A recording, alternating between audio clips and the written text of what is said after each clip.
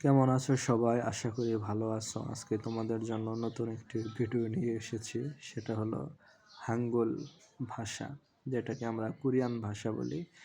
সেটার প্রাথমিক কিছু স্বরবর্ণ তোমাদেরকে আজ শেখাবো বা দেখাবো। চলো শুরু করি।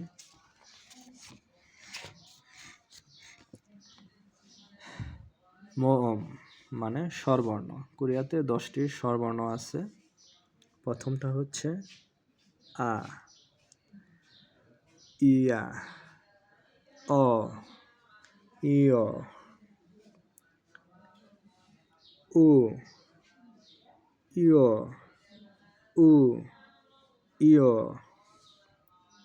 উ এবং ই।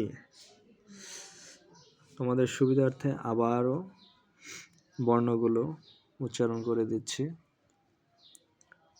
আ, ইয়া, অ, ইয়, উ, ইয়, উ, ইয়, উ এবং ই। এই 10টা হলো কোরিয়ান স্বরবর্ণ। আশা করি ভিডিও দেখে উপকৃত হবেন।